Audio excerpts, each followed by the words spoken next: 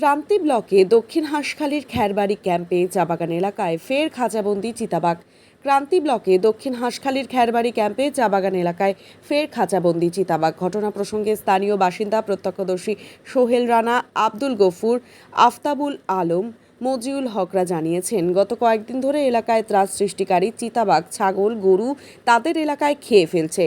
স্থানীয় বাসিন্দাদের উদ্যোগে বাড়ির গবাদি পশুদের রক্ষা করার জন্য কাঠামবাড়ি আপালচাঁদ রেঞ্জ অফিসের সাথে যোগাযোগ করেন। কাঠামবাড়ি আপালচাঁদ রেঞ্জ অফিসের উদ্যোগে খাঁচার ব্যবস্থা করা হয়।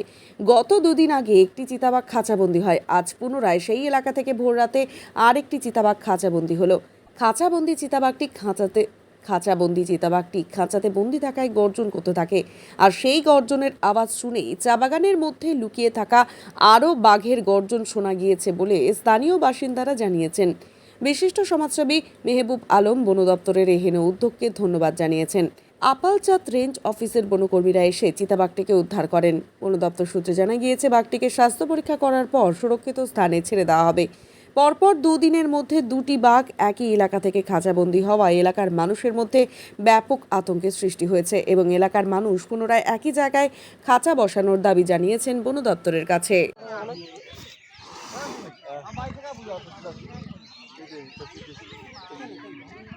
মোটটা দিয়ে ওঠা ধরে শরীর ভালো করে দিয়ে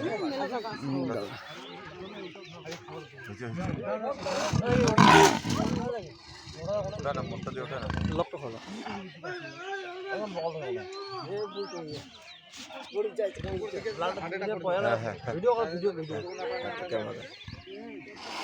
জলে